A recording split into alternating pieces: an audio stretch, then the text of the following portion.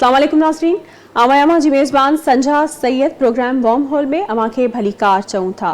नाज़रीन, सिंध के इशूज़ जी असां ॻाल्हि कंदा रहूं था।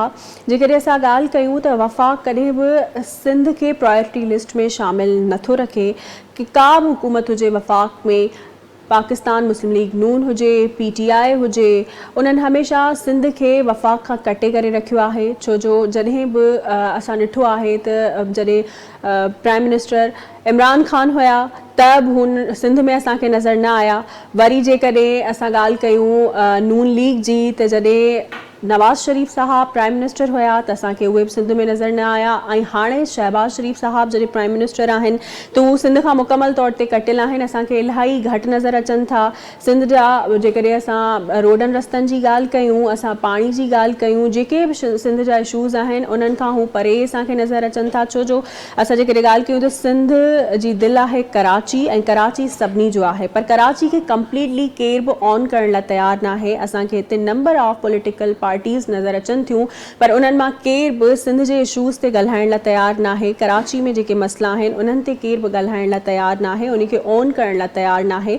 सो असां अॼु इन पंहिंजे प्रोग्राम में उन ई बारे में ॻाल्हाईंदासीं, छो जो कराची जेको सभिनी खां वॾो टैक्स पेयर आहे ऐं उन खां अलावा कराची मुआशी हब आहे, पर उनजो ख़्यालु नथो रखियो वञे, उनजे तरक़ियाती कमनि ते नज़र नथी विधी वञे, उनखे इग्नोर कयो वञे थो मुकमल तौर ते। इन जे करे अॼु असां पंहिंजे प्रोग्राम में ॻाल्हि ॿोल कंदासीं राजा अंसारी साहब आहिनि, जेके वफ़ाक़ जी नुमाइंदगी कनि था सिंध में, वफ़ाक़ जा तर्जमान आहिनि। सो उन्हनि सां ॻाल्हि ॿोल कंदासीं त सिंध खे आख़िर छो नज़रअंदाज़ कयो वञे थो, कंहिं बि इशू ते सिंध खे परे रखियो वञे थो, सिंध सां माटेली माओ वारो सलूक छो कयो वञे थो। इन्हनि सभिनी सवालनि जा असां उन्हनि खां जवाब वठंदासीं। अस्सलाम वालेकुम सर। जी वालेकुम अस्सलाम। सर, अव्हां वफ़ाक़ जा नुमाइंदा आहियो ऐं सिंध में वफ़ाक़ जी नुमाइंदगी कयो था।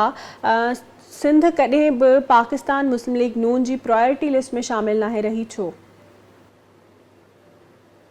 न, इहो मां सम्झां थो त हिकिड़ी मिथ आहे सिंध जे अंदरि, ऐं हिते अक्सर जेके असांजा अपोनेंट्स आहिनि उहे बि ऐं प्लस सिविल सोसाइटी जे माण्हुनि खे इहो हिकिड़ो ज़हन में विहारियो वियो आहे त पंजाब, ख़ासि तौर ते पंजाब ओरिएंटेड जमात PMLN उनजी प्रायोरिटी लिस्ट ते सिंध शामिल न आहे, जॾहिं त सिंध जो गादी वारो शहर कराची ऐं कराची जो देरीना मसइलो, लॉ एंड ऑर्डर जी सिचुएशन, अमनो अमान, उहो कंहिं हल कयो। तव्हांखे ख़बर आहे तारीख़ में जेकॾहिं असां ॾिसूं हाणे रिसेंट पास्ट में नज़र विझूं त जॾहिं मोहम्मद नवाज़ शरीफ़ साहब जिन 2013 में वज़ीर आज़म थिया त हुननि सिंध जे गादी जे शहर कराची खे मुस्तक़िल अमन ॾिनो ऐं हिकिड़ी ज़बरदस्त ग्रैंड ऑपरेशन कई, जेका तमामु तर सियासी वाबस्तगियुनि खां बालातर थी करे हिकिड़ी ऑपरेशन थियो। ऐं 9-0 कंहिं तसवुरु कोन कयो हुयो त 9-0 खे तालो लॻंदो। ऐं PMLN जी गवर्नमेंट जेका सिंध जे अंदरि ऑपरेशन शुरू कयो, 9-0 खे तालो लॻो, MQM जी तॾावेड़ थी ऐं मां सम्झां थो त हिकिड़ो मुस्तक़िल अमन आयो। उन खां अलावा सिंध जो तमामु वॾो देरीना जेको मसइलो हुयो, हमेशह सिंध खे रॼायो वेंदो हुयो, कालाबाग डैम ठाहियूं पिया, कालाबाग डैम ठाहियूं पिया। उनखे बि मियां नवाज़ शरीफ़ साहब जिन हमेशह जे लाइ ख़तमु करे छॾियो ऐं दफ़न करे छॾियो, जॾहिं उन्हनि क़ौमी असेंबली जे फ्लोर ते इहो चयो त सिंध जो हिकिड़ो बच्चो बि जेसि ताईं कालाबाग डैम जे ख़िलाफ़ हूंदो असां कालाबाग डैम न ठाहींदासीं। उन खां पोइ हाणे ताज़ो जॾहिं सॼी सिंध सरापा एहतजाज हुई 6 कैनालनि जे मसइले ते, त काउंसिल ऑफ कॉमन इंटरेस्ट में मुस्लिम लीग नून जे मेंबरनि जी अक्सरियत हुई, 6 मेंबर मुस्लिम लीग नून जा हुया, पर 6 जे 6 सिंध जे माण्हुनि जे हक़ में वोट कयो ऐं उन्हनि इहो चयो ऐं आईनी फ़ैसिलो कयो त जेसि ताईं सिंध में कंसेंसस डेवलप न पियो थिए, दरियाए सिंध ते को बि मुतनाज़ मनसूबो न ठहंदो। त मुस्लिम लीग नून जी प्रायोरिटी लिस्ट ते हमेशह सिंध रही आहे। जॾहिं 2010 में ॿोॾि आई, उन खां पोइ जॾहिं 2012 ऐं 13 में ॿोॾि आई त तव्हां ॾिठो त उन वक़्त जे वज़ीर आज़म सभ खां वधीक सिंध ऐं बलूचिस्तान जा विज़िट कया। हाणे PDM गवर्नमेंट में जॾहिं हिते तूफ़ानी बारिशुनि जो ऐं क्लाउड बर्स्ट जो सिलसिलो शुरू थियो, सभ खां वधीक जेको विज़िट हुया उहे मोहतरम शहबाज शरीफ़ साहब जा being a prime minister Sindh जा विज़िट हुया ऐं पीपल्स पार्टी जी क़यादत बि उन्हनि सां गॾु हुई उन विज़िट्स में। त हमेशह सिंध प्रायोरिटी ते रही आहे, हाणे बि सिंध प्रायोरिटी ते आहे। बदकिस्मती सां जॾहिं असां सिंध में कमु करणु शुरू कयोसीं, मिसाल तौरु जॾहिं असां मोटरवे सखर खां ठाहियोसीं मुल्तान ताईं ऐं मुल्तान ताईं सखर मुल्तान मोटरवे जॾहिं असां 2 सालनि जे अंदरि कंप्लीट कयोसीं ऐं वरी पोइ सखर खां कराची ताईं मोटरवे ठाहिण वञूं पिया त असांजी हुकूमत खे किरायो वियो। तव्हांखे ख़बर आहे पुट खां पघार न वठण जे जुर्म में मियां नवाज़ शरीफ़ साहब खे नाअहल करार ॾिनो वियो। उहो जी ॾींहुं आहे अॼु जो ॾींहुं आहे वरी पाकिस्तान संभली न सघियो आहे। सभई इंडिकेटर्स जेके उन वक़्तु मुइशत जा मथे वञनि पिया उहे सभु बतदरीज हेठि ईंदा पिया वञनि ऐं पोइ वरी ॿीहर जॾहिं पीडीएम गवर्नमेंट ऐं प्लस वरी हाणे जेका गवर्नमेंट आई ऐं शहबाज शरीफ़ साहब जिन जॾहिं खां गवर्नमेंट संभाली हिकु दफ़ो ॿीहर मुइशत खे हथी वठाइण जे लाइ इंटरनेशनल फोरम्स ते बि तव्हां ॾिसो त कहिड़े तरीक़े सां बैन अवी तौर ते पाकिस्तान जी इमेज बिल्डिंग कई वई आहे ऐं हाणे जेको नेक्स्ट फेज़ आहे गवर्नमेंट जेका सॼी तरजीह आहे उहा पाकिस्तान खे एशियन टाइगर बणाइण जी तरजीह आहे। इकोनॉमिकली पाकिस्तान खे तव्हां मज़बूत जेका करण जी ॻाल्हि तरजीह कयो आहे। पिया त सिंध हमेशह प्रायोरिटी लिस्ट में रही आहे। तव्हां जेके ॻाल्हियूं ॿुधायूं जेको अमन अमान वारो मसइलो ॿुधायो उन खां अलावा बि सिंध जा काफ़ी अहिड़ा मसइला आहिनि जेके अञा ताईं हल नाहिनि थी सघिया। तव्हां ॻाल्हि कई त नेशनल हाईवे जी ॻाल्हि कई तव्हां त 2022 में जेका ॿोॾि आई उन खां पोइ माण्हू सफ़र नथा करे सघनि, माण्हू तंग थियनि था। असां जेको कराची खां हैदराबाद खां सखर ताईं जेको मोटरवे ॾिसूं था छा इन खे मोटरवे चई सघिजे थो ऐं उन खां अलावा जेकॾहिं असां ॾिसूं त उन में केतिरा डाइवर्जन पॉइंट असांखे मिलनि था, माण्हू तंग थियनि था, माण्हू अज़ाब में आहिनि। 2022 खां वठी 2026 4 साल थिया आहिनि। इहो वॾो अरसो न आहे जंहिंमें इहा शइ मुकमल थियणु खपे हा ठहणु खपे हा। अच्छा हाणे मां तव्हांखे ॿुधायां त सभ खां पहिरीं त पीडीएम गवर्नमेंट में असां हिन जा पैसा रखियासीं ज़मीन अक्वायर करण जा। जी जेको सिंध जा 2 डिप्टी कमिश्नर्स हिकिड़ो डिप्टी कमिश्नर मटियारी ऐं डिप्टी कमिश्नर नौशरो फेरोज़ उहे पैसा खाई विया। उन्हनि जा नाला असां एग्ज़िट कंट्रोल लिस्ट में ॾिना। ॿिन्ही जे मथां नेब में केसिस हलनि पिया। उहा रिकवरी इनशाला थींदी। नेब जेको प्रोसेस पंहिंजो करे पई उनजी इंक्वायरी ऐं इन्वेस्टिगेशन हलनि पियूं। जी उन खां पोइ ॿीहर जॾहिं असांजी हाणे गवर्नमेंट आई असां 64 अरब रुपया लगायासीं ऐं 30 एकड़ ज़मीन असां ख़रीद कई आहे जेका NH जे नाले म्यूटेशन भी थी वई आहे, एवॉर्ड भी थी वई आहे। हाणे उनजो कमु स्टार्ट थींदो 3 फेज़िस में असां कमु स्टार्ट कंदासीं 3 मुख़्तलिफ़ कंपनीज़ खे ऐं 2 सालनि जे अंदरि असां हिनजो टारगेट रखियो आहे। सेप्टेंबर में मियां शहबाज शरीफ़ साहब वज़ीर आज़म साहब जिन ईंदा ऐं उन जो इफ़्तिताह कंदा।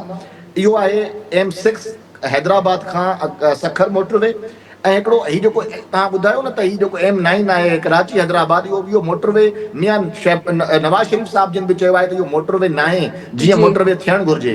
इन करे कराची पोर्ट खे कनेक्ट कंदासीं हिकिड़ो नओं मोटरवे M10 जे नाले सां जेको सखर हैदराबाद M6 मोटरवे खे लिंक कंदो जामशोरो वटि ऐं ईअं कराची खां हिकिड़ो M10 मोटरवे हूंदो जेको M6 मोटरवे सां कनेक्ट थींदो ऐं पोइ पेशावर ताईं हिकु जहिड़ो मोटरवे हूंदो। सेप्टेंबर में कमु स्टार्ट पिया कयूं। 2 सालनि जो टारगेट रखियो आहे। इंशाअल्लाह 2 सालनि जे अंदरि इहे मोटरवेज़ कंप्लीट कंदासीं। सर अव्हां के इंटरव्यू में कोट कयो हुयो त जून में इंशाअल्लाह इफ्तिताह थींदो जेको रेलवे ट्रैक आहे हैदराबाद खां सॉरी कराची खां कोटड़ी ताईं ऐं कोटड़ी खां रोहड़ी ताईं ऐं उन खां अलावा जेको मोटरवे आहे उन जो बि इफ्तिताह थींदो जून में। जून हलियो वियो हाणे तव्हां चओ पिया सेप्टेंबर में थींदो त इहो डिले छो थियो आहे? अच्छा डिले इहो इन करे थियो आहे हिकु त तव्हांखे ख़बर आहे ख़िते जी सूरत हाल पेट्रोल प्राइज़िस जे हाई थियणु ऐं प्लस जेको पाकिस्तान जो तमामु ज़बर सिग्निफिकेंट रोल रहियो इस्लामाबाद टॉक्स में अमेरिका इसराइल ऐं ईरान जंग जे हवाले सां ऐं पोइ अमेरिका ऐं ईरान जे विच में ॻाल्हियूं कराइण जे हवाले सां त इहो हिकिड़ो टाइम कंज़्यूमिंग हुयो जंहिंमें पूरी प्राइम मिनिस्टर जी टीम ऐं ख़ुदि प्राइम मिनिस्टर आर्मी चीफ सभु उन में इन्वॉल्व रहिया आहिनि। अञा वरी ॿीहर ताज़ी हिकिड़ी सूरत हाल तव्हांखे ख़बर आहे ख़िते में पैदा थी वई आहे। हिकु दफ़ो ईरान वरी हमला करणु शुरू कया आहिनि ऐं उन जे सिलसिले में वरी हिकु दफ़ो ॿीहर हिकिड़ी ख़िते में हिकिड़ी गैर यकीनी सूरत हाल पैदा थी आहे। उन जे करे इहो 2-3 महीननि जो डिले आयो आहे छो जो डॉलर प्राइज़िस जंहिं तरीक़े सां फ्लक्चुएट थियनि पिया त असां चाहियूं पिया त असांजो जेको एस्टिमेट आहे इन्हनि मनसूबनि खे कंप्लीट जी करण जो उहो डिस्टर्ब न थिए। जो पाकिस्तान अॻे ई ग़रीब मुल्क आहे जेकॾहिं डॉलर प्राइज़िस हाई थी वञनि था त पोइ लाज़मी ॻाल्हि आहे जेके कंपनीज़ इहो ठेका खणनि थियूं या अवॉर्ड खणनि थियूं छो जो इहा ओपन बिडिंग हूंदी आहे ई बिडिंग हूंदी आहे त पोइ उन में इहो क्लॉज़ ज़रूरु मौजूदु हूंदो आहे त उनजो जेको प्राइज़ जेको आहे उहो डॉलर सां उनखे कंपेयर कयो वेंदो आहे।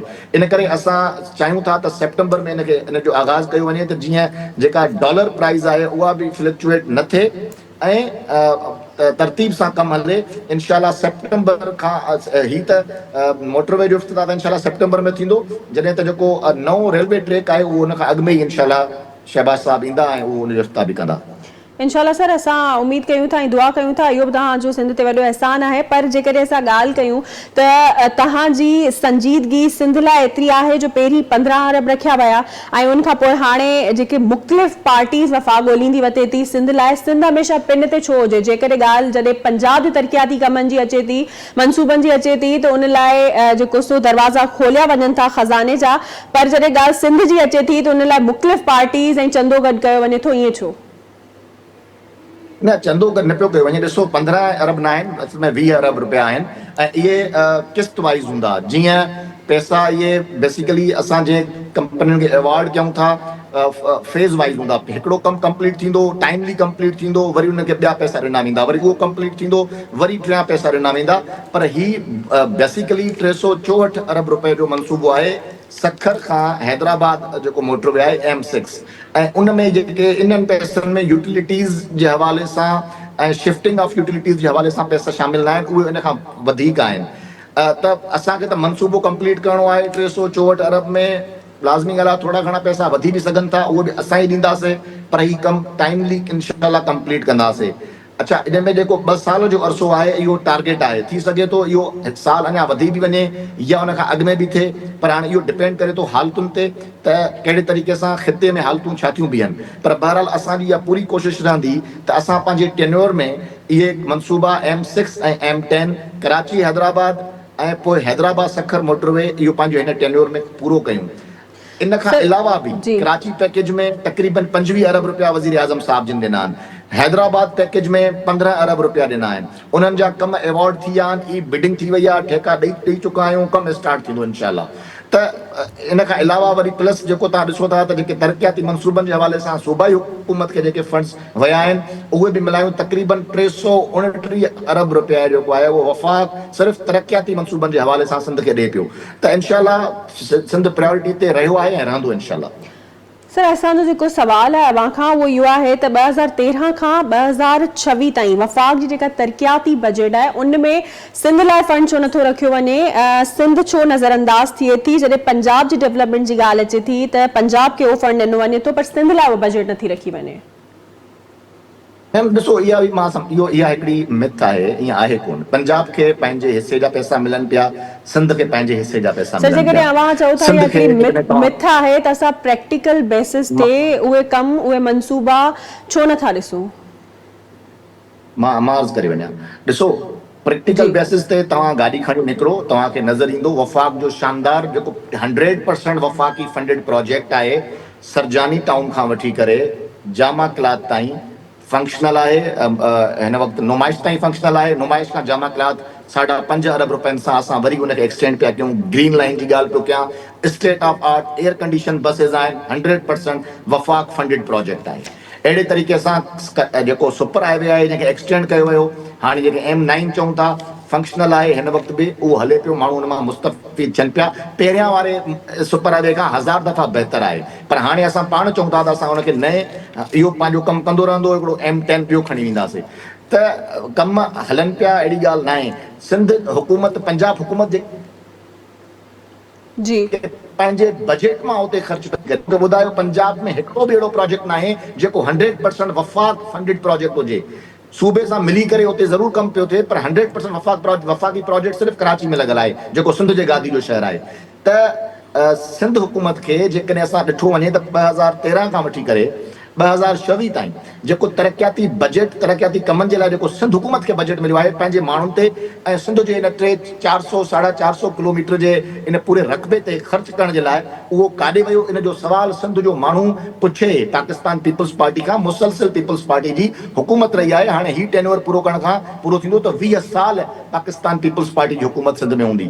त असांखे जिते माण्हू वोट ॾियनि था पंजाब में, उते असां जवाबदेह आहियूं। असां उते प्रोजेक्ट्स बि हया आहिनि, तरक़ियाती कम बि थियनि था, मेट्रो बसिस बि आहिनि, ऑरेंज ट्रेन्स बि हलनि पियूं। साफ़ सुथरा पंजाब जे हवाले सां ॻोठनि ताईं उहो प्रोग्राम वियो आहे ऐं सफ़ाई सुथराई जो हिकिड़ो ज़बरदस्त निज़ाम आहे उते। रोड, रस्ता, इंफ्रास्ट्रक्चर सिंध में बि थियणु घुरिजे।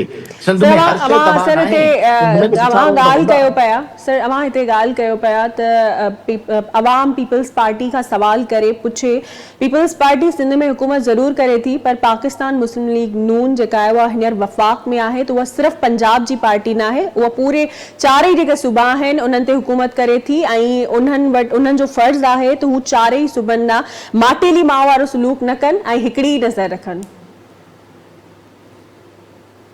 बिल्कुलु ईअं ई आहे, जेको को फार्मूलो तय थियलु आहे आबादी जे लिहाज़ खां, तव्हांजे रक़बे जे लिहाज़ खां ऐं प्लस जेको तव्हां टैक्स कलेक्ट कयो था उनजे लिहाज़ खां हिकिड़ो पूरो सिस्टम मौजूदु आहे NFC जो, जंहिं ते सूबे सिंध बि जी हुकूमत जेका आहे उहा एग्रीड आहे, उनजो वोट आहे ऐं उहो पंहिंजे मुनासिब हिसे जे मुताबिक़ जेके पैसा आहिनि उहे हर साल सूबे सिंध के वफ़ाक़ जे तरफ़ां वञनि था, बलूचिस्तान के वञनि था। KPK में असांजी मुख़ालिफ़ जमात जी हुकूमत आहे, उन्हनि खे बि उहे पंहिंजे हिसे जे मुताबिक़ पैसा मिलनि पिया, पंजाब खे बि मिलनि पिया। मां इहा ई अर्ज़ु पियो कयां त असां वटि हिकिड़ो इहो चयो वियो आहे, हिकिड़ो नारो आहे, हिकिड़ो ज़बान ते हिकिड़ी शइ अची वई आहे ऐं सिंध जे माण्हुनि खे इहो ज़हन में विधो वियो आहे त पंजाब तव्हांजो दुश्मन आहे, पंजाब तव्हांजा वसीला खाई वञे थो, पंजाब तव्हांजा पैसा खाई वञे थो। इहा ॻाल्हि दुरुस्त न आहे। अंगनि अखरनि जे हिसाब सां तव्हां ॾिसंदव त सिंध खे हिन वक़्तु जेके पैसा मिलनि था, जॾहिं वफ़ाक़ ऐं सिंध में ॿिन्ही जॻहुनि ते सिंध जी हुकूमत हुई यानी पीपल्स पार्टी जी हुकूमत हुई 2008 खां 2013 ताईं, उन वक़्तु सिंध खे वफ़ाक़ मां केतिरा पैसा मिलनि पिया ऐं अॼु सिंध खे वफ़ाक़ मां केतिरा पैसा मिलनि पिया। जेकॾहिं असां इन्हनि जो ई पाण में सिर्फ़ु हिकिड़ो जाइज़ो वठंदासीं त इहा ख़बर पवंदी त इहा मिथ 100% ग़लति आहे त कोई पंजाब सिंध जो हक़ गज़ब करे वञे थो। जॾहिं पीपल्स पार्टी वफ़ाक़ ऐं सिंध ॿिन्ही में हुकूमत में आहे उन वक़्तु बि सिंध खे एतिरा पैसा कोन पिया मिलनि जेका मुस्लिम लीग नून जी जॾहिं वफ़ाक़ में हुकूमत थिए थी त सिंध खे उहे पैसा मिलनि पिया। त सर हाणे उहे अवां पैसा ॻाल्हि कयो था ख़र्च छो न अवाम पिया जी थी सघनि अवाम सही के तरीक़े ज़हन सां? में इन जे उहा करे तरक़ी आहे सही छो जो नथी मिले, जॾहिं इहो फ़ाइदो। सर अवां ॻाल्हि कयो पिया अवाम जी, जॾहिं असां ॿाहिरि निकिरूं था रोडनि ते, अवां चयो त गाॾी खणी कराची में जॾहिं ॿाहिरि निकिरो, जॾहिं अवाम गाॾी खणी करे कराची खां सखर ताईं ट्रेवल करे थी ऐं तॾहिं मोटरवे ॾिसे थी ऐं वरी जॾहिं सखर खां मुल्तान ताईं मोटरवे ॾिसे थी त उन में वाज़े डिफरेंस असांखे फील थिए थो त उन बेसिस ते अवाम इहा ॻाल्हि करे थी, छो जो NHA जेको आहे उहो वफ़ाक़ जे मातहत कमु करे थो पर पोइ बि उन खे अञा ताईं ठाहे न आहे सॼी वफ़ाक़, छो जो उहो सिंध वारे हिसे में अचे थो। इन जे करे अवाम खे ज़ाहिर जॾहिं हू ॾिसो पाणी उहो जे त मां बस तव्हांखे जी ऑलरेडी ॿुधाए सघियुमि उनजे डिले जा सबब आहिनि। जी ॾिसो 2013 में जॾहिं असां हुकूमत शुरू कईसीं, 2018 में वरी इलेक्शन थी, 2018 खां पोइ जॾहिं जेका PTI जी गवर्नमेंट आई उन्हनि 1 इंच बि सिंध में रोड न ठाहियो, 1 इंच बि, सिर्फ़ु सिंध में न पूरे पाकिस्तान में हुननि किथे बि को मेगा प्रोजेक्ट कोन ॾिनो। वरी बि असां ई ॾिनोसीं, उन खां अॻु में बि असां ॾिनासीं, उन खां पोइ बि असां ॾिनासीं। हाणे बि NHA जे हवाले सां जेको मां तव्हांखे ॿुधायां मोटरवेज़ असां पैसा रखी छॾिया आहिनि, टेंडर्स थी चुका आहिनि, कमु स्टार्ट सेप्टेंबर में इनशाला थींदो। तव्हां ॾिसंदव त वरी बि असां ई ठाहींदासीं। हिन वक़्तु पाकिस्तान में जेतिरा बि मेगा प्रोजेक्ट्स आहिनि उन ते मुस्लिम लीग नून जी ई तख़्ती लॻल आहे। मुस्लिम लीग नून जे दौर में ई उहे इनिशिएटिव्स वरिता विया, कम स्टार्ट थिया ऐं कंप्लीट कयासीं। हाणे बि असां ई कंदासीं इनशाला। त अहिड़ी ॻाल्हि न आहे। सिंध जा माण्हू इहा ख़ातिरी कनि त जेके सिंध में रोड रस्ता वफ़ाक़ जे अंडर में अचनि था या वफ़ाक़ जी ज़िमेदारी आहे उहे रोड रस्ता ठाहिण, उहा जॾहिं नून लीग जी गवर्नमेंट अचे थी त उहे रस्ता ठहंदा। इन सर खां अॻु में बिल्कुल पीपल्स पार्टी बि आउं वफ़ाक़ बि में इहो ई हुकूमत चवण कई वारी आहे, हुअसि त PTI बि जेका तव्हां हुकूमत ॻाल्हि कई बार आहे, बार पर कोट उनजे कयो दौर पिया में त इहो सिंध में को वफ़ाक़ रोड जी रस्तो कोन ज़िम्मेवारी ठहियो। आहे, वफ़ाक़ जी रेस्पॉन्सिबिलिटी आहे जेके रोड रस्ता ठाहिण, अवाम खे फैसिलिटेट करण। सर असां जॾहिं ॻाल्हि कयूं था पाकिस्तान मुस्लिम लीग नून जी, जॾहिं उन्हनि जी वफ़ाक़ में हुकूमत अचे थी त असांखे बाक़ाइदा हिकिड़ो कराची में ऐं जेको प्राइम मिनिस्टर हाउस आहे उन में हिकिड़ो गैप फील थिए थो, छो जो असांखे जॾहिं नवाज़ शरीफ़ साहब हुकूमत में आया, प्राइम मिनिस्टर थिया, उन खां पोइ शहबाज शरीफ़ साहब जॾहिं हाणे प्राइम मिनिस्टर आहिनि त उहे असांखे कराची में इलाही घटि नज़र अचनि था। ॾिसो सिंध जी हिकिड़ी वॾी स्ट्रगल रही आहे 18 तरमीम खे पास करण लाइ सूबाई ख़ुदि मुख़्तियारी जे हवाले सां। बिल्कुलु हिकिड़ी तारीख़ी हैसियत आहे, सिंध जी वॾी जिदोजहद रही आहे सूबाई ख़ुदि मुख़्तियारी जे हवाले सां। ऐं जी सिंध जे माण्हुनि वॾी कुर्बानियूं ॾिनियूं आहिनि त वफ़ाक़ एतिरी मुदाख़लत सूबे में न करे ऐं वफ़ाक़ सिर्फ़ु ऐं सिर्फ़ु हिकिड़ो पंहिंजो जेको आईनी रोल आहे उहो अदा करे। मां सम्झां थो त मोहतरम शहबाज शरीफ़ साहिब जिन सिंध जे उन्हनि माण्हुनि जी मर्ज़ी मंशा ऐं सूबाई ख़ुदि मुख़्तियारी जी जेका राय आहे उनखे वॾी इज़त ॾिनी आहे हमेशह, कॾहिं बि बेजा इंटरफेयर न कयो आहे, कॾहिं बि बेजा तनक़ीद न कई आहे ऐं सूबे खे सूबाई हुकूमत जो छो जो अवाम जो मैंडेट आहे सूबाई हुकूमत खे। ऐं मियां शहबाज शरीफ़ साहब being a prime minister, Muslim League नून बीइंग ए जमात हमेशह सिंध जे माण्हुनि जे मैंडेट जो एहतराम कयो आहे। तव्हां ॾिठो त हाणे कुझु अरसो अॻु में जॾहिं KPK जो वज़ीर आला आयो सिंध में, त उन सिंध जे अवाम जे मैंडेट जी तौहीन कई हिते अची करे, ऐं हुननि चयो त हिते जाली हुकूमत आहे, सिंध जे जी माण्हुनि जे वोटनि जी तौहीन कई वई। मुस्लिम लीग नून इहो मौक़िफ़ न पई रखे। असां पीपल्स पार्टी खे हमेशह हिकिड़ो ग्राउंड ॾिनो आहे, तव्हांखे हिते अवाम तव्हांखे वोट ॾिनो आहे, सूबाई हुकूमत तव्हांजी आहे, तव्हां पंहिंजा इख़्तियारात इस्तेमालु कयो। वफ़ाक़ जी जेसिताईं तालुक जी वफ़ाक़ हमेशह उन में कंहिं क़िस्म जी न कटौती कई आहे, न ई वफ़ाक़ उन में आहे उहो पीपल्स पार्टी पर हाणे ज़बरदस्त ॾिसो तव्हां अंदाज़ में ॻाल्हि कयो वफ़ाक़ पिया सां विढ़ंदी आहे। त मैंडेट जी ॻाल्हि कयो पिया ऐं तव्हां कंहिं पार्टी जो एग्ज़ाम्पल बि ॾिनो। हाणे सिंध जी आवाम हुजे या सिंध हुकूमत हुजे, उन्हनि जो सूबाई जेका तव्हां अरिड़हीं तरमीम जी ॻाल्हि कई, उनजो मक़सदु इहो हुयो सूबाई ख़ुदमुख़्तियारी। इहो मक़सदु न हुयो त वफ़ाक़ मुकमल तौर ते सिंध खे कटे छॾे ऐं हिकिड़ो गैप अची वञे ऐं सिंध जे हक़नि ते जेको सो धाड़ो हणण खां मना ज़रूरु कई आहे। पर जेका वफ़ाक़ जी ज़िम्मेवारी आहे, रेस्पॉन्सिबिलिटी आहे, जेके कम उन्हनि खे करणा आहिनि सूबे में तरक़ियाती, उहो सिंध हुजे, पंजाब हुजे या KPK हुजे, उन खे बराबरीअ बुनियाद ते करणा आहिनि।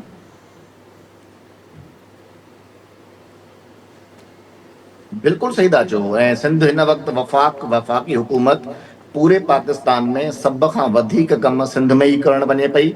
जंहिंमें मां तव्हांखे ॿुधायो त M6 Sukkur Hyderabad motorway, M10 Karachi Hyderabad motorway, इन खां अलावा 2 दानिश स्कूल सिंध में अचनि पिया। कराची कैंट स्टेशन खे state of art cantt station में तब्दील कयो वियो आहे। अहिड़ी तरीक़े सां रोड़ी स्टेशन खे स्टेट ऑफ आर्ट हिकिड़ी वॾे 5 स्टार होटल में तब्दील पिया कयूं। ज़बरदस्त रोड़ी रेलवे स्टेशन तब्दील पई थिए वफ़ाक़ ऐं सिंध जे जॉइंट वेंचर सां। अहिड़े तरीक़े सां मां सम्झां थो त सिंध जे अंदरि तमामु वॾे पैमाने ते इंडस्ट्रियल ज़ोन्स ठहनि पिया ऐं उन्हनि इंडस्ट्रियल ज़ोन्स जे हवाले सां बि पैसा रखिया विया आहिनि। ऐं हिते कराची में ख़ासि तौर ते पोर्ट कासिम वटि जेका आहे उहा इंडस्ट्रियल ज़ोन उहो ठहंदो इनशाला। ऐं तमामु घणी शयूं आहिनि, मां तव्हांखे अॻु में ॿुधायुमि कराची पैकेज आहे, हैदराबाद पैकेज आहे। त इहे सभु शयूं उहे आहिनि जेके वफ़ाक़ डायरेक्टली फंड करे पियो सिंध में, ऐं इहे प्रोजेक्ट्स इनशाला कंप्लीट कंदासीं। हीउ जेको डिले थियो आहे उन में हिकिड़ी ॻाल्हि ज़रूरु मद्देनज़र रखणु घुरिजे। इहो डिले सिर्फ़ु इन करे थियो आहे त पुट खां पघार न वठण जे करे असांजी हुकूमत खे किरायो वियो, ऐं उन खां पोइ जेके साज़ियूं थियूं उहे सुप्रीम कोर्ट जे ऐं हाई कोर्ट जे जजिस जा बयान तारीख़ जो हिसो आहिनि, जंहिंमें चयो वियो त नवाज़ शरीफ़ ऐं उनजी धीउ खे अंदरि रखो, न त असांजी 2 सालनि जी महिनत ज़ाया थी वेंदी। सर उनखे काफ़ी टाइम थी चुको आहे। असां उहा शइ अंडरस्टैंड कयूं था। 2022 खां 2026 4 साल थिया आहिनि उनखे। उन टाइम पीरियड में कुझु बि न थी सघियो आहे। जेका ॻाल्हि तव्हां कयो पिया त पघार वारी पुट खां पीउ खां, सो उन खे त काफ़ी टाइम थी चुको आहे न। पर हीअ जेके 4 साल गुज़रिया आहिनि, इन में असांखे सिंध में का बि डेवलपमेंट नज़र नथी अचे। जेकॾहिं असां पाणी जे इशू ते ॻाल्हायूं त सिंध में हिन वक़्तु बि पाणी जी खोट मौजूदु आहे। जेका सिंध गवर्नमेंट जो मौक़िफ़ आहे त सिंध खे 91 वारे ठाह तहत पाणी नथो ॾिनो वञे। जॾहिं बि सिंध में ख़रीफ जे फसलनि जो टाइम अचे थो त उन टाइम ते पंजाब जे लिंक कैनाल जो मुंहुं खोलियो वञे थो ऐं पाणी उन तरफ़ ट्रांसफर कयो वञे थो। इर्सा हमेशह सिंध सां नाजाइज़ी कंदी रही आहे ऐं उन में जेकॾहिं पंजाब ऐं वफ़ाक़ जेका हुकूमत आहे, कंहिंजी बि हुकूमत हुजे, उहा उन्हनि जी बांह ॿेली थी बीहे थी। तव्हां सिंध जा आहियो, सिंध धरती ते जनम वरितो आहे, अव्हां जो इन ते छा मौक़िफ़ आहे ऐं अव्हां छा चवंदा? ॾिसो, इरसा जे हवाले सां त मां पंहिंजो मौक़िफ़ ॾेई चुको आहियां। इरसा में जेको सिंध जो मेंबर आहे उहो वञे ई कोन थो। नोटिसिस उनखे मिलनि था, तव्हां उते वञो, पंहिंजो केस मज़बूती सां विढ़ो, उहो कोन पिया कनि। इरिगेशन डिपार्टमेंट असांजो टेलीमेट्री निज़ाम खे सही दुरुस्त कोन पियो करे। त गुडू खां हेठि पाणी केतिरो पियो अचे, उनजी असां वटि कंहिं बि क़िस्म जी अथेंटिसिटी कोन्हे त उहो केतिरे मिक़दार में पाणी अचे पियो। वज़ीर आला सिंध चवे पियो त असांखे 1,45,000 क्यूसेक जी ज़रूरत आहे ऐं असांखे 1,25,000 क्यूसेक या 1,20,000 क्यूसेक पाणी मिलियो आहे। त जेका खोट आहे उहा तक़रीबन 20 खां 30,000 क्यूसेक जी आहे पर एनम। उहा खोट कीअं असांखे साबित करणी आहे, उनजे लाइ असांखे असांजे सिंध जे इरिगेशन डिपार्टमेंट खे ज़बरदस्त पाणी माहिर पूरी टीम ऐं जदीद इक्विपमेंट सां असांखे पंहिंजो केस विढ़णो पवंदो। उन में वफ़ाक़ जो को बि मुदाख़लत न आहे। वफ़ाक़ जो नुमाइंदो इरसा में ज़रूरु हूंदो आहे। उनजो रोल सिर्फ़ु ऐं सिर्फ़ु सुपरवाइज़री रोल आहे, उनजो को ख़ासि रोल न आहे। 91 एकॉर्ड में जेके सूबनि जे हिसे में पाणी परसेंटेज वाइज़ अची वियो, हाणे सूबनि जी ज़िम्मेदारी आहे त उहो कहिड़े तरीक़े सां पंहिंजे हिसे जो पाणी खणनि पिया। जेकॾहिं बींग तव्हां चओ त आउं सिंध जो आहियां, पंजाब मुंहिंजे सूबे जे हिसे मां हिकिड़ो फुड़ो बि पाणी खणंदो आउं बि एहतिजाज कंदुसि, छो जो मूंखे पाणी खपे, पाणीअ ते को बि कंप्रोमाइज़ न आहे। पर वरी बि चवंदुसि त असांखे सूबाई हुकूमत खे वॾी एफिशिएंसी सर सां इरसा पंजाब में पंहिंजो केस मुसलसिल लड़णो पाणी पवंदो। खणे थो, मुसलसिल खणे थो, छो जो हिकिड़ो त जेको सिंध आहे उहो पुछड़ी में आहे, उहो त अंग उन न खणण जे खे हिसाब बि सां ॾिस में ॿुधाइणो असांखे पवंदो न सिंध जो बाबा। हक़ न मारणु खपे, पर पोइ बि मां पंजाब मां इहा ॻाल्हि मुसलसिल थो खणे कयां पियो। त मां जी जेकॾहिं मां वञा थो ऐं मां वञी प्राइम मिनिस्टर खे चवां थो त पंजाब असांजो पाणी खणे पियो, त उहो मूंखां पुछंदो न, डेटा वठंदो न, मूंखां सबूत वठंदो न त बाबा जी वफ़ाक़ पंजाब सां कहिड़े शर्तुनि ते ॻाल्हाए, त उहो केस केरु मज़बूती सां पेश कंदो? सूबाई गवर्नमेंट कंदी, एरीगेशन डिपार्टमेंट कंदी, जंहिं वटि रिसोर्सिस आहिनि, या मूंखे रिसोर्सिस ॾियनि, पोइ हिकिड़ो फुड़ो बि पाणी पंजाब खणी ॾेखारे, मूंखे ॾियनि रिसोर्सिस, मूंखे इरसा जो मेंबर कनि, मां ॾिसां थो कीअं थो पंजाब असांजो पाणी खणे। हिननि जी पंहिंजो एफिशिएंसी न आहे न, हाणे एफिशिएंसी न हुजण जी सॼी जी अब मतिलबु हुनजो वज़न असांजे मथां रखनि। 2026 जी ॻाल्हि कई, 2022 खां 2026 ताईं वफ़ाक़ जो पंजाब में हिकिड़ो बि मंसूबो न आहे लॻो, सर सिंध सिंध में हुकूमत वरी बि मुसलसिल लॻान। रड़ियूं कंदी त रही आहे, ॾिसो, मुसलसिल मां रड़ियूं उन कंदी रही आहे। वक़्तु न मुसलसिल रड़ियूं त अवाम बि करे पियो, जी रड़ियूं त पंजाब सर जो आवाम जेको बि करे पुछड़ी थी, सिंध वारो हुकूमत बि ज़मींदार करे आहे थी, उहो पर बि करे सिंध पियो। खे ॾिठो रहीम नथो यार वञे, ख़ान पुछो नथो वञे, पाणी वारे मामले ते सिंध हुकूमत मुसलसिल रड़ियूं कंदी असांखे रही आहे, चवंदी असांखे रही आहे। अकॉर्डिंग टू बुक हलणो पवंदो। मां इहो अर्ज़ु थो कयां, सिर्फ़ु जी रड़ियूं करण सां त ॻाल्हियूं हल कोन थींदियूं, असांखे अकॉर्डिंग टू बुक हलणो पवंदो। सर बकी रड़ियूं करण तव्हां हुकूमत त जो कमु लाइमल हूंदो आहे, ॿुधायो हुकूमत त जो कमु कहिड़े हूंदो तरीक़े आहे सां एफिशिएंसी मसइलो हल ॾेखारणु। थींदो? जी मां उन में तमामु घणो डिटेल सां इहो बयानु करे चुको आहियां। ॾिसो, सभ खां पहिरीं त इरसा में सिंध जे मेंबर खे एक्टिव थियणो पवंदो, हिकिड़ो इरसा में सिंध खे एक्टिव रोल अदा करिणो पवंदो पंहिंजो।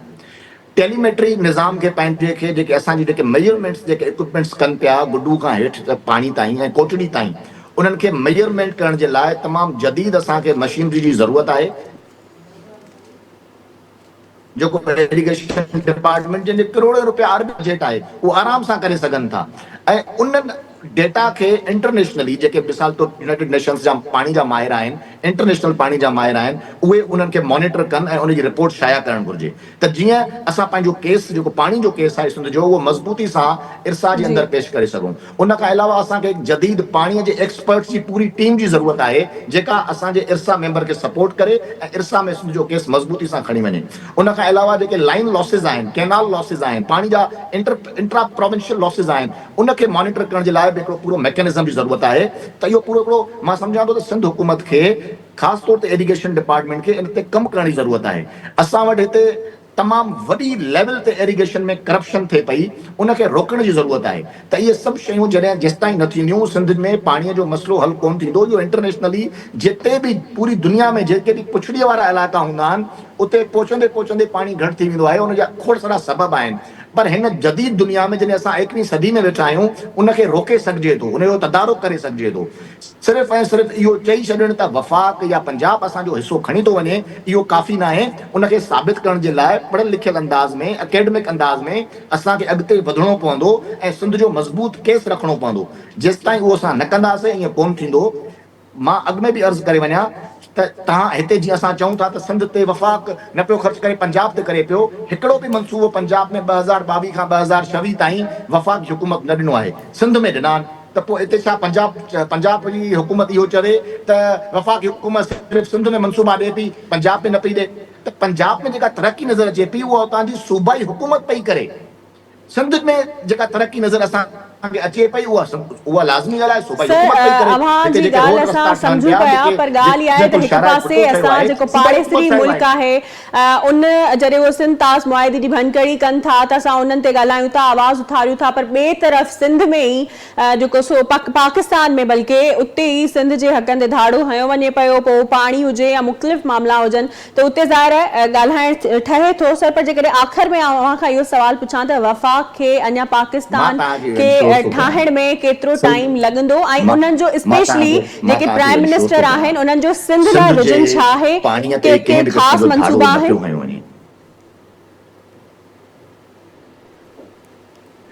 मां अर्ज़ु करे वञा, जी सिंध जे पाणीअ जे हक़ ते कंहिं बि क़िस्म जो को बि धाड़ो न पियो हयो वञे। मां अॻु में ई अर्ज़ु करे वियुमि त हिकिड़ो टेक्निकल क़िस्म जो इशू आहे, जंहिंखे इरसाद में सिंध जो मेंबर जेको गैर हाज़िर आहे उनखे हाज़िर थियणो पवंदो, सिर्फ़ु हाज़िर न बल्कि एक्टिव रोल अदा करणो पवंदो, सिंध जे पाणीअ जी खोट वारो मसइलो हल थी वेंदो। सिस्टम में जेतिरो पाणी मौजूदु आहे उन हिसाब सां सिंध की जेके बि परसेंटेज आहे मां सम्झां थो उनखे उनजो पूरो हिसो मिलणु घुरिजे। इहो ई वफ़ाक़ी हुकूमत जो मौक़िफ़ आहे सर त जेकॾहिं सिंध खे असां पुछूं पंहिंजे त हिसे जो पूरो पाणी असां मिलणु जेकॾहिं घुरिजे। सर पुछूं त शहबाज शरीफ़ साहब जो प्राइम मिनिस्टर आहिनि असांजा, त उन्हनि जो सिंध लाइ छा विजन आहे अॻियां? बिल्कुलु इहो ई विजन आहे त सिंध तरक़ी करे।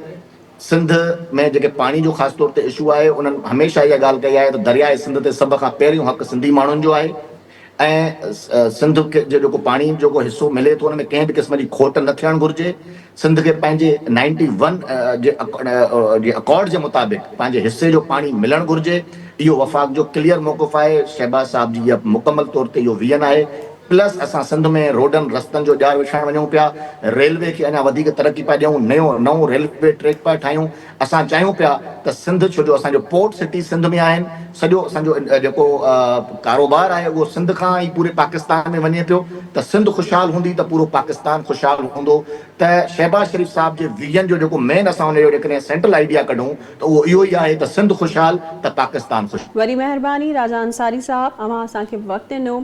नाज़रीन, राजा अंसारी साहब असां सां गॾु हुया जिन पार्टी पॉलिसी तहत पंहिंजी पार्टी खे डिफेंड कयो, बट असांजो जेको मसइलो आहे त सिंध जा जेके मसइला आहिनि उहे अञा ताईं हल न थी सघिया आहिनि। सिंध जी आवाम जी ऐं जेका सिंध हुकूमत आहे उन जी बि इहा ई रड़ आहे। जॾहिं ॻाल्हि कजे थी सिंध जे तरक़ी जी, सिंध जे मनसूबनि जी, जेके रोलड़े जा शिकार आहिनि, बजट जी ॻाल्हि कजे थी, वफ़ाक़ खां नथी मिले। सिंध हुकूमत वफ़ाक़ ते हणंदी आहे, वफ़ाक़ सिंध हुकूमत ते हणे थी। बहरहाल मसइला हल नथा थियनि ऐं असांजी दुआ आहे त सिंध जा जेके मसइला आहिनि उहे हल थी सघनि ऐं असांखे अमली कम नज़र अचनि। जीअं राजा अंसारी साहब चयो त हुननि जा कुझु मनसूबा आहिनि जेके असां चाहियूं था त असांखे अमली तौर ते नज़र अचनि। असां जेकॾहिं प्रैक्टिकल बेसिस ते ॾिसंदासीं त ज़ाहिर आहे असांजी जेको सो कामयाबी आहे सिंध जी। सिंध ख़ुशहाल हूंदी त पाकिस्तान ख़ुशहाल हूंदो ऐं सिंध जी दिलि आहे कराची ऐं कराची मुआशी हब आहे। जेकॾहिं उन जी तरक़ी हूंदी त पूरो पाकिस्तान असांजो मुल्क ख़ुशहाल थी सघे थो। अॼु लाइ एतिरो ई। मूंखे ॾींदा इजाज़त। अल्लाह निगहबान।